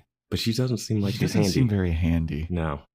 Like, Yeah. you can look at her hands and know that she's never worked a day in her life. Check out the 50 Shades of Grey podcast. Yeah. We don't talk about that, but we talk about other stuff. But yeah. All right, back to hardware store. Yeah, so Clyde, they're following Clyde, Leo, and Veronica kind of gives the intel to Leo, like, hey, I think that this guy's involved in the bombings and real estate. I'll tell you all about it later, but let's follow him. Turns out that it looks like Clyde is buying the nails that were used in the bombs that she suspects. She's like, goes over to where Clyde was standing, picks up one of the nails, and she turns to Leo. She's like, this looks like one of the nails that I was researching, right? And Leo's like, yeah. So they're like, all right, well, how about we follow Clyde a bit more? And they follow Clyde by car, and Clyde has driven to Mars Investigations because Clyde is meeting with Keith, because Keith is telling Clyde that he found Ichiko Doi. Yeah. Gives him her email address because she doesn't feel comfortable with him knowing where she is or what she's up to yet. She wants him to just kind of like, you know, they want a small steps at getting back to information about each other. I was fine with this. Same. Yeah. Same. I like that Keith was like, she doesn't feel comfortable telling you where she is. And he's like, and Clyde is even like, okay, yeah, for sure. J.K. Simmons is just great. Yeah. Like, how do you feel about his levels of smirk in this episode? I'm okay with the levels of smirk this episode. I'm okay. Okay. Because Leo's taken over the smirk. I was going to say, because Leo's outshining him in the smirkdom. Yeah. Yeah. So Clyde is like, well, thanks so much for figuring that out. I really appreciate it, Keith. You're a superstar of private investigators. I wanted to ask you, though, how'd you like the concierge medical care? And Keith is like, holy fuck, dude. That shit was dope. I don't think I could ever go back. And they make some joke about like keeping the riffraff out of the concierge stuff or whatever. Yeah. And then that's when he says, is this where he says, do you have anything to drink? Keith asks Clyde, like, so I just want to know, like, how did you and Big Dick become buddies? Then Clyde's like, you got something to drink? And Keith brings out a big old bottle of fucking whiskey. Mm-hmm. I thought it was going to be the Principal Odell, Dean Odell whiskey. The bottle he stole from Dean Odell. Glenn Kraken. Yeah. Gotta drink the good stuff. One of my good old friends used to drink this. It was his favorite. My old best friend. My best friend. This guy who hates kids and was a dean of a college. Stole the guy's bone marrow. I helped him con guy out of his bone marrow by driving to Mexico. What a show. What a show. Mm-hmm. And I love that Clyde is always like, oh, Daddy just got me running around all day. I got no time to do anything. Meanwhile, he's at a hardware store buying stuff, and then he's going to drink all day with Keith. I think it's always funny when someone has a bottle of whiskey in their drawer and two glasses. It's like the PI, like, is that on the test? I think so. How many bottles of liquor do you need to have in your desk drawer? And how many glasses? Gotta have at least 2 for celebrations. Gotta have a minimum 2. Should at least have 3 to 4. Yeah. It's a reserve 10 or whatever. It's the good stuff. Yeah. So we cut to Daniel Maloof. He's drinking at his hotel too. Mm-hmm. He's talking to Logan, and Logan does one of his fucking quote bits. Like, Maloof is like, you got to be so fucking bored, man. And Logan has a quote from some lady that's like, oh, boredom is the lifeblood of the creative or some shit. But Logan's not a creative. No, he's not. And boredom is the lifeblood of the creative. And that's why I've been less creative, because there's so much stimuli in the world. Yeah. But I did like the Maloof was like, you're a interesting guy, dude. Yeah, it's like, you're weird, man. And I'm like, yeah, Logan is like a case study. Yeah. Maloof is like, I saw you clear like 2 hillbillies like at the same time, and you just like beat the shit out of them, and you do these quotes. You're fucking weird, man. Yeah. And he's like, why did you take this job? Like, what are you doing? Logan's like, well, I get on extended leaves, and I never know when I'm being called back because I'm a super high and naval intelligence officer. So, I figured, what else am I doing down here? I'll take this job. And he's like, yeah, but like, why though? Like, don't you get paid well? And Logan's like, yeah, but I bought a ring that I may have overpaid for. And Maloof is like, oh, okay, I won't say anything. He's kind of like, oh, if this guy's about to propose to his girlfriend or whatever, but he doesn't know the dark, sad story behind it. Yeah. He overpaid for it because he wasn't accepted. Is this not the same ring he had from the movie? He bought a different one? Yeah, I don't know. It's just, I guess he did. It's just the fact that they complain about their apartment being so small, but both Veronica and him used to be able to afford living by themselves. Yeah. What happened between Logan's living in the movie to Logan's living now? He would not have lost any money. It would have been 5 years of him doing high level naval stuff. Maybe he was just mooching off of his singer superstar girlfriend. No, but he had a different house with Dick. But he had a roommate. He was living with Dick Casablancas, it seemed like. Yeah, but Dick didn't even have a job then. I mean, I'm sure in debt. Wasn't he like a weed person? No, he was doing weed brownies. I don't think he was right, them. Because of his depression, quote unquote, or whatever. His depression, which he does not have this episode, which opens when they're like, how do you get over a bombing so quickly? And Dick's like, hey, guess what? I'm going to Romania. I hope they speak English there. Yeah. I don't know. It's fine if you want to shove him in a small place. But at this point, it seems like what Veronica came from, what he is doing now, that they would at least have a decent apartment. Yeah. Not where they're like yelling at neighbors on the beach. Yeah. But then Maloof gets a text message from Vinny that he found Alonzo and Dodie. They're at a place called the Happy Night Lodge. Maloof is like, oh, okay. Hey, Logan, why don't you take off for the rest of the night? And Logan's like, all right, deuces. See ya.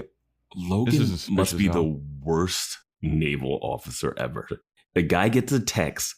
His demeanor completely changes in front of you. And then he goes, hey, why don't you get out of here? I'm going to just stay in. And you're like, yeah, okay. If he's not following him, you think he's following him? That's what I thought was going to happen the rest of the episode. He has to be following Maloof. It's no way you get a guy gets a mysterious text and he doesn't like hold it up to check it. He's like down by his lap, like that little, I don't want you to see him reading it, even though it's only the two of us in the room. I think he held it up. It's still like his whole demeanor changes, though. Yes, that's the suspicious part. And like Logan picks up on that, but then leaves. Maybe. So I'm like, he's got to be following Maloof. He followed Veronica off of a hunch like that. Yeah, he's got to be following this guy. But so yeah, Logan leaves, and so does Maloof. Alonzo and Dodie are at the hotel, they get a knock at the door. It's Daniel Maloof. He comes in. He's like, hey, guys, I want to call it off. Don't kill anybody. Don't kill the guys with the ring. I don't want to do it. And then Alonzo's like, bro, this is too late. Mm-hmm.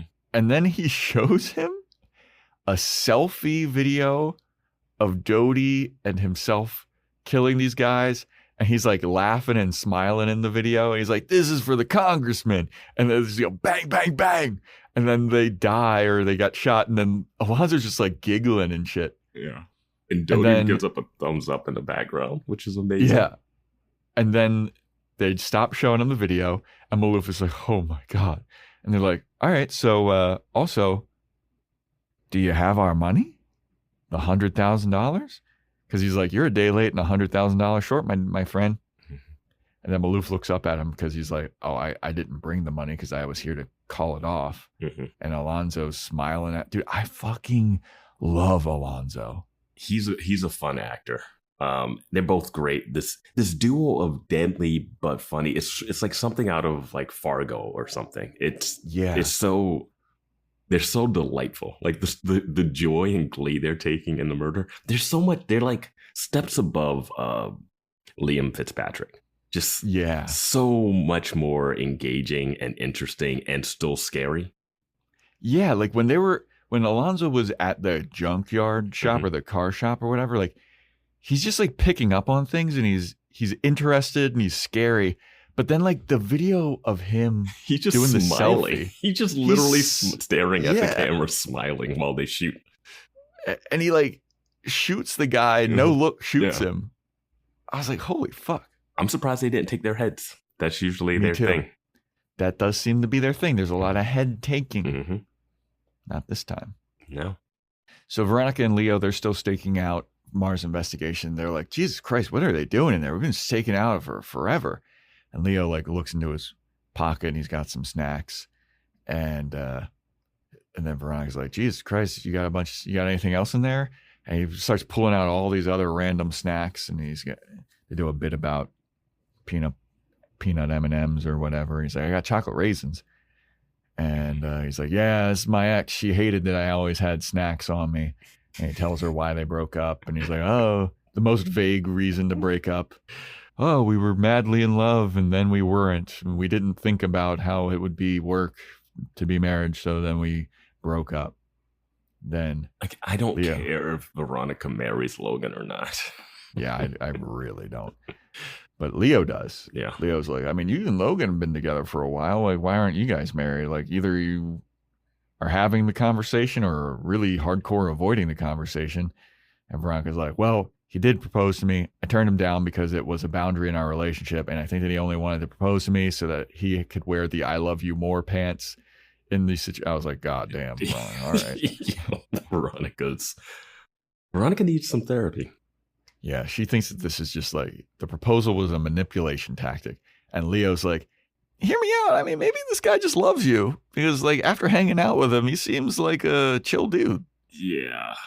Yeah, your boy seems chill. And she's like, that's the version of him I hate. Yeah. I was like, he should have been smashing your face into the door. She's like, I'm going to make out with Leo so he gets really jealous and then I'm happy.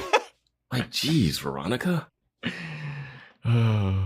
The only harlot that he'll be watching is me making out with you. That would have been awesome. They just kept plugging harlots.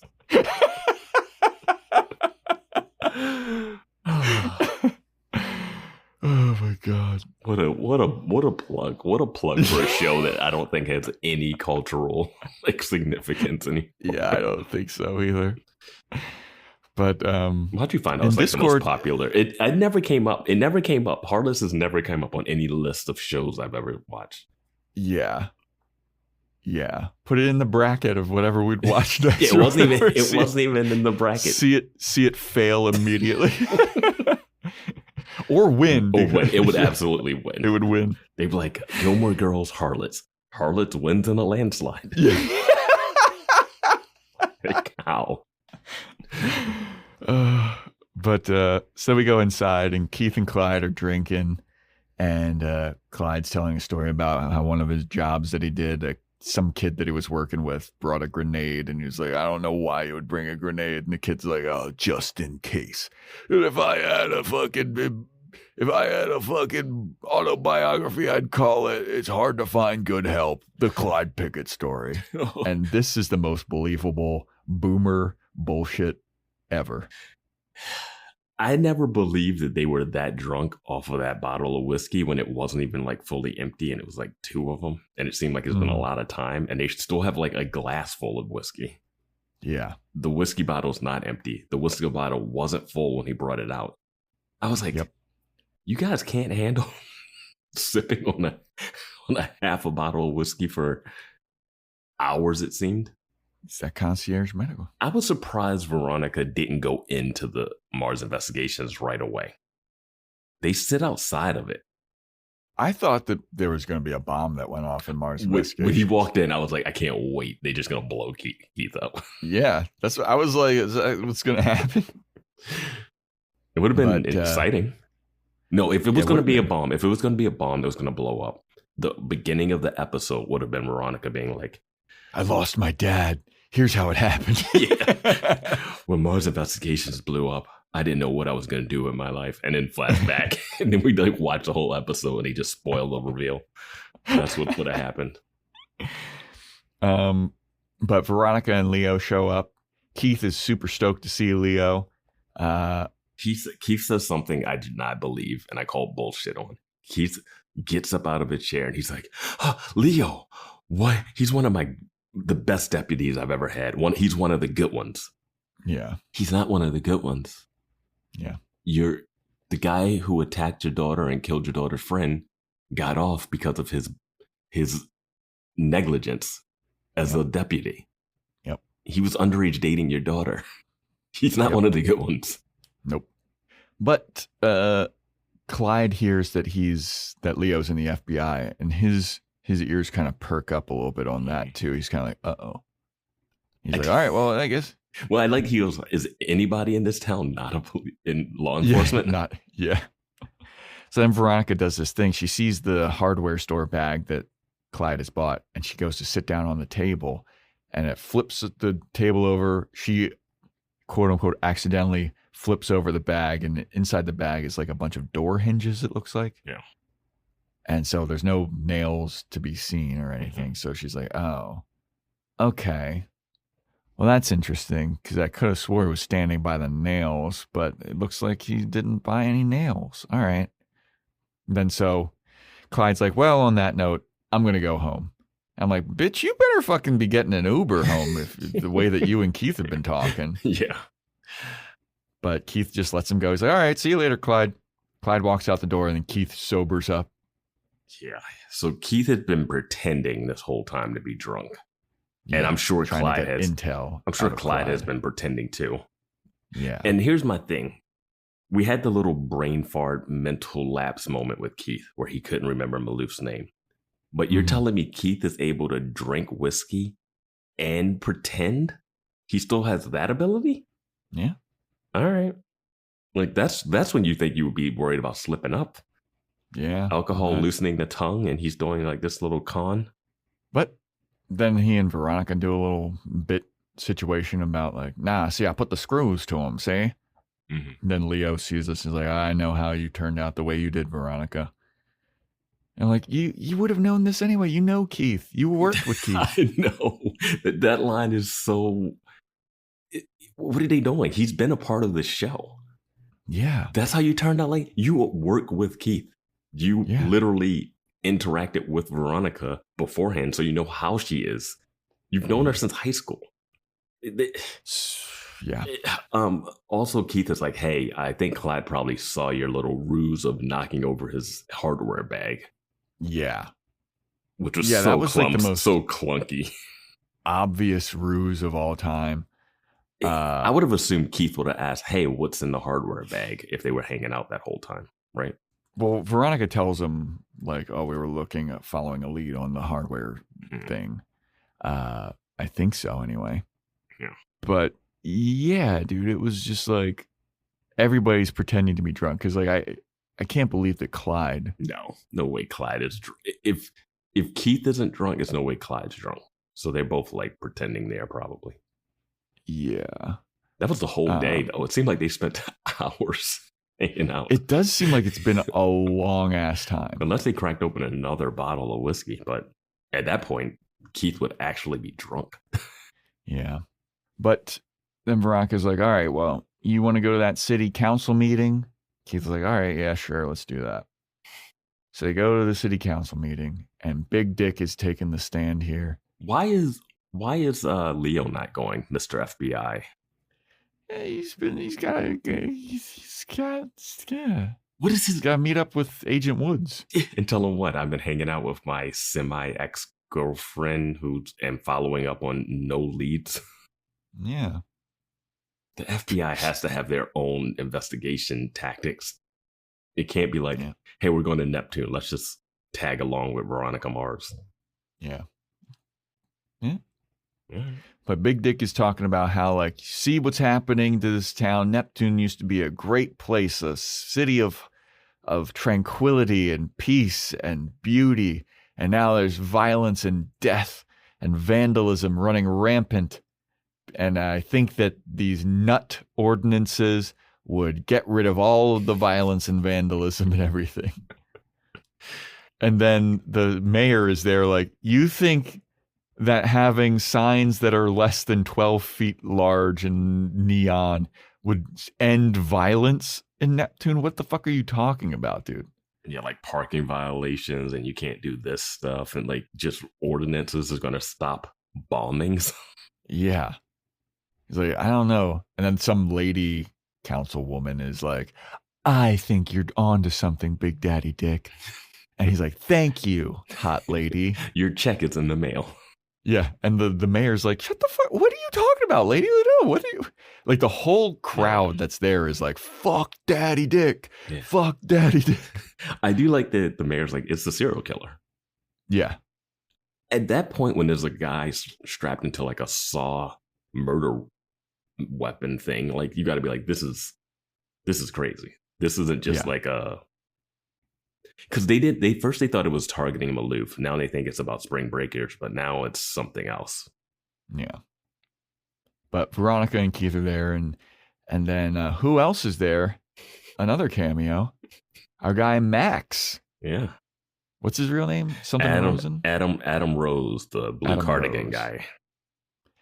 And he's like, hey, what's up, Veronica? Good to see you. She's like, oh, hey, what's up?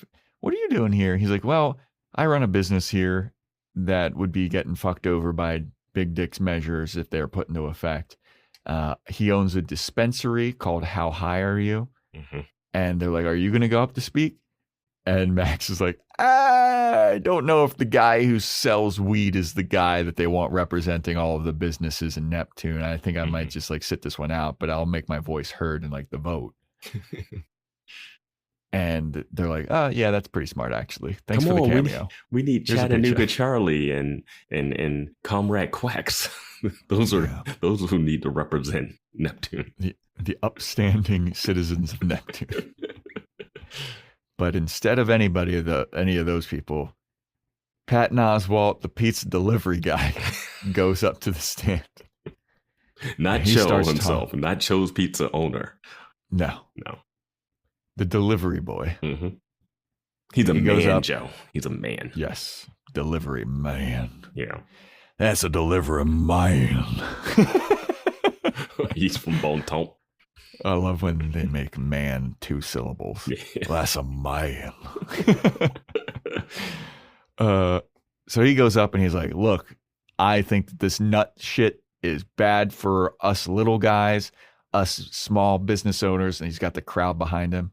And he's like, and furthermore, I think that, I've been doing my own digging. As you know, I'm a part of the Murder Heads, and I do investigations on murders and cold cases and stuff. I think there's something more to this.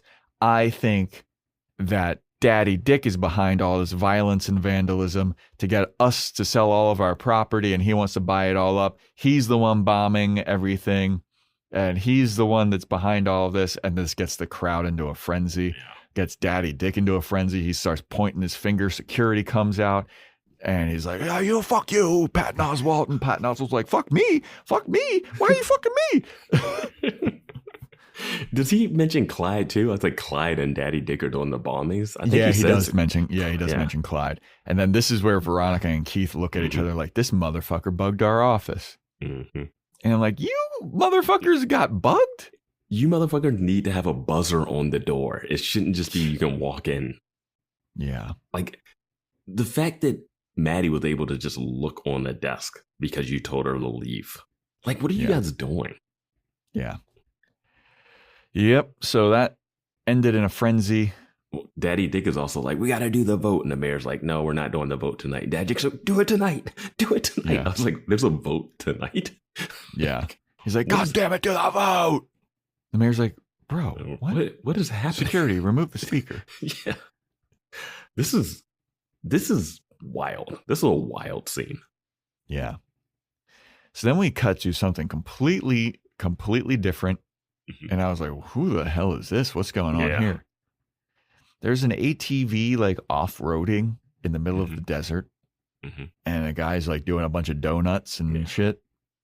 And I was like, okay, is this the fucking Monster Energy drink tie-in to this episode?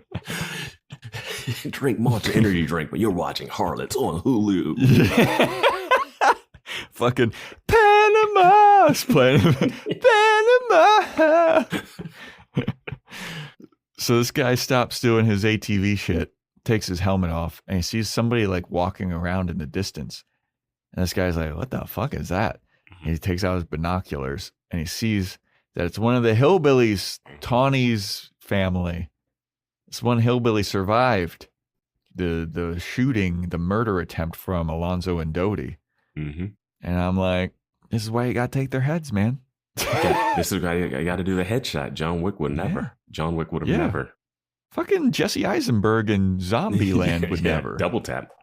Yeah, you gotta. It's crazy because this guy is, his arms are tied. He's got duct tape over his mouth, and he's got 2 blood stains on his shirt. I don't know if the shirt's ripped, but you can see where he got shot in the body twice.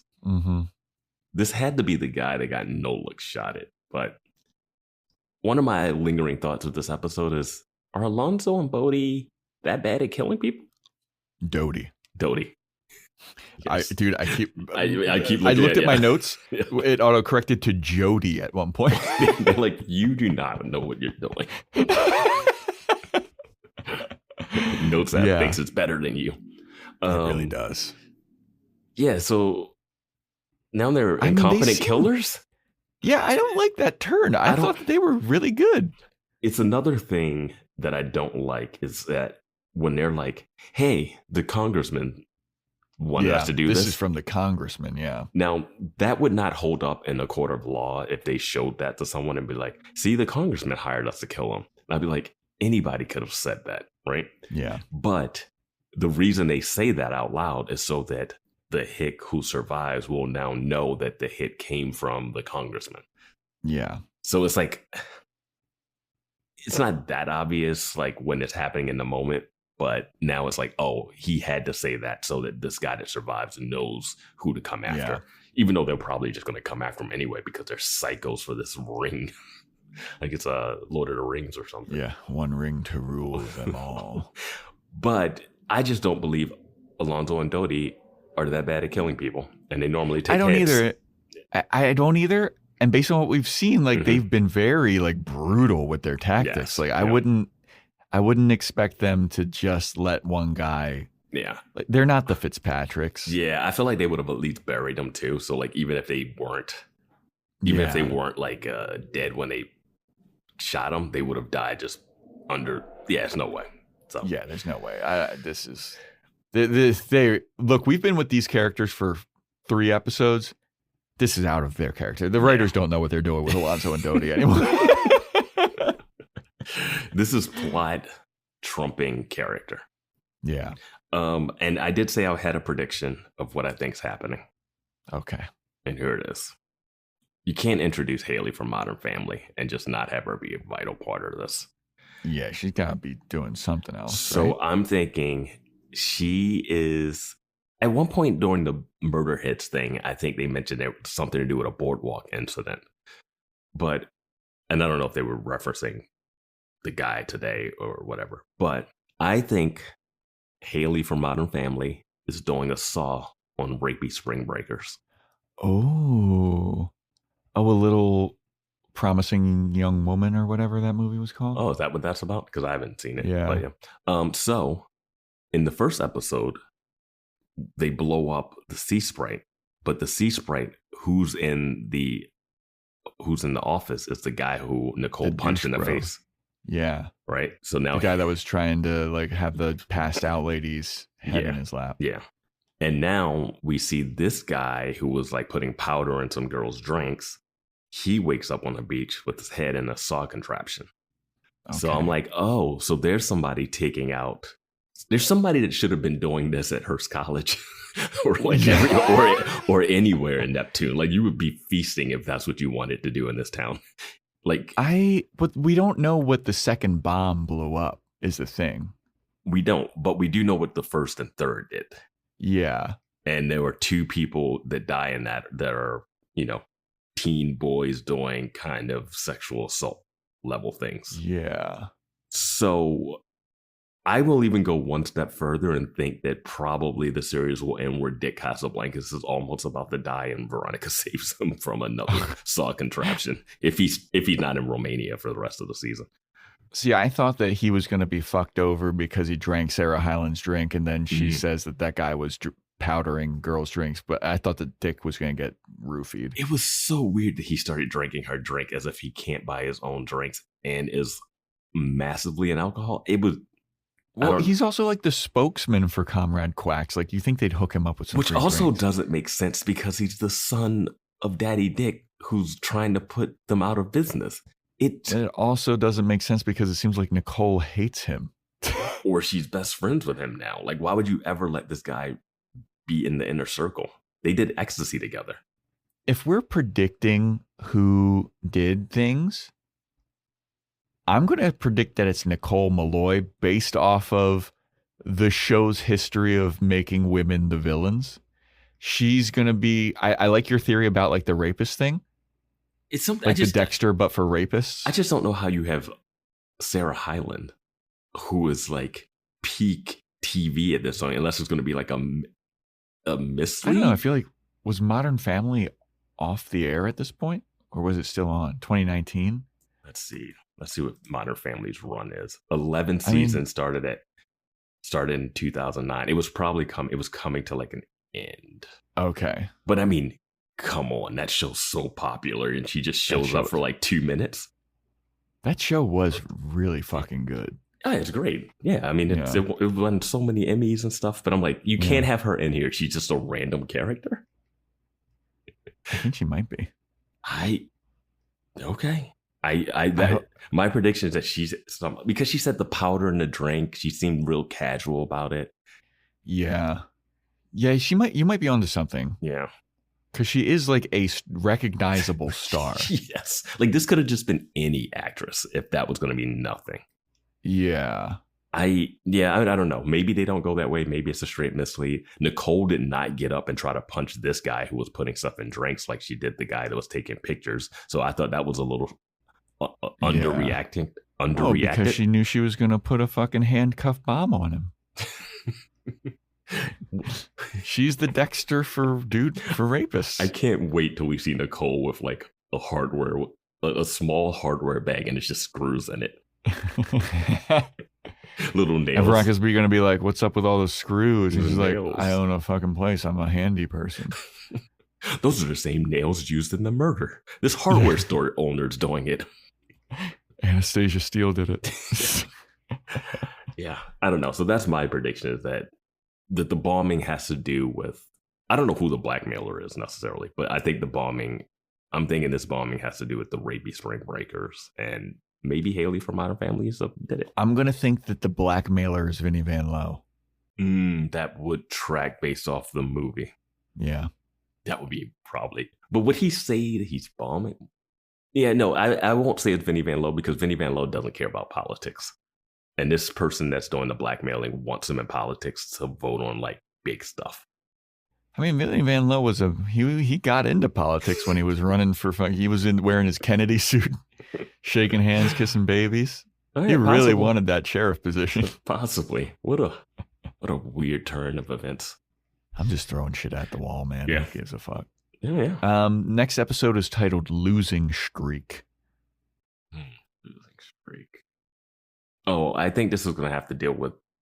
I think we're going to find out that Daddy Dick and Clyde are not behind the bombings, and it's going to be another strike for Penn, and he gets kicked out on the Murderheads for keep accusing people and being wrong. Yeah, publicly. Yeah. I am Penn, the Murderhead head, and it's this guy now. Yeah. And Veronica's going to be like, hey, I made wrong predictions before, but I just don't do them in public. Yeah, I do it privately. Yeah. I do it to their face in private. and then I find out what actually happened. I accuse Weevil, I accuse Logan, and then usually after I accuse Dick, sometimes the fourth person I accuse is the person that did it. Yeah. Losing streak. I'm going to predict that we go back to the rat thing. I'm going to reuse that prediction. Okay. The Hughes grocery, we figure out there's some more stuff behind the rat thing. Okay. I'm going to predict that Keith goes back to the concierge medical thing after having this Daniel Maloof slip up. Mm-hmm. I'm going to predict that Leo and Logan are going to have to work together at some point in this episode. Ooh. That'd be a good team up. I think that's a fun maybe team up. Maybe they can remember that they know each other. Didn't I see you at prom? Didn't you give me a bunch of money to help my niece or whatever because of some stolen tapes? What did you do with those tapes? Oh, you destroyed them? Oh yeah. I met you at court when we both were on the stand. Yeah, and I'm gonna. Yeah, you know what? I'm just gonna end it there. Yeah. That's what I decided just to go with the Penn and the murder hits. I don't. Yeah. I have no idea where the story is going now. Yeah. That is a wrap for Heads You Lose, though. Thank you so much, everybody, for listening. Join our Discord. Let us know what you thought about this episode. Let us know if you ever watched Harlots and what did you think of it. Yeah. Join our Patreon, patreon.com/boyswatchingbuffy. We are covering True Blood. We're into season 3 of True Blood now. Shit's happening in True Blood, my guy. I like this episode we're about to review called Big Star. Yes. Into the fold now. It Hurts Me Too is the title of this episode that we got coming up this week. Yeah. Good True Blood episode. Mm-hmm. Fun times on the movies podcast as well. Mm-hmm. 50 Shades of Summer. We did all of Twilight. Yeah. We're knee deep in the thing. We got people requesting we never do series of movies again. I will say I'm not sad that we're about to watch our last 50 Shades movie, but I am sad that is the signal that it's the last month of summer.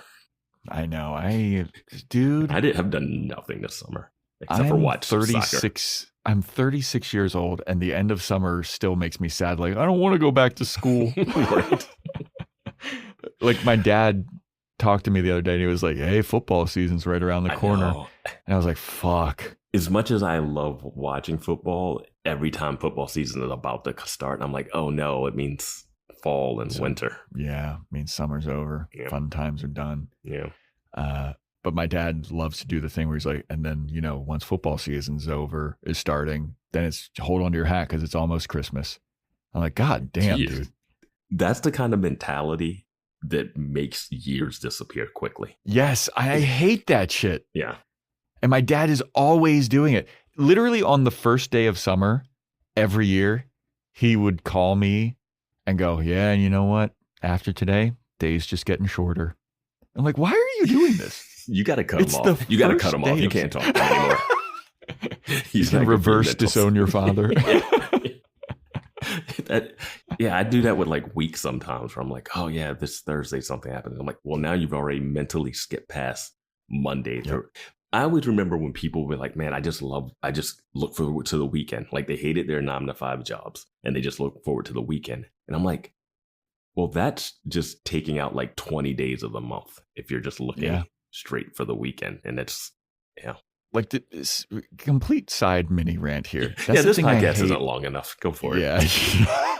That's the thing I hate about, and you can attest to this, and anybody that lives in LA can attest to this as well. I fucking hate the day after July 4th, Halloween shit comes out in the stores. There's Halloween stuff already out in stores? Yeah, dude. I don't know what it is about LA because I never experienced this in New York or Baltimore, but like the July 5th at Marshall's, Home Goods, TJ Maxx, Target, Walmart, the Halloween shit's out. And I'm like, y'all talk about living in the moment and in the present, and you're fast forwarding like 4 months to Halloween. Yeah. Hate that shit. Anyway, you want to shout out, you know what to do. Boys Watching Buffy on social media platforms, Boys Watching Buffy at gmail.com. Follow me at Jojo Vavoom on Instagram. And yeah, stay tuned next time for when we talk about Losing Streak.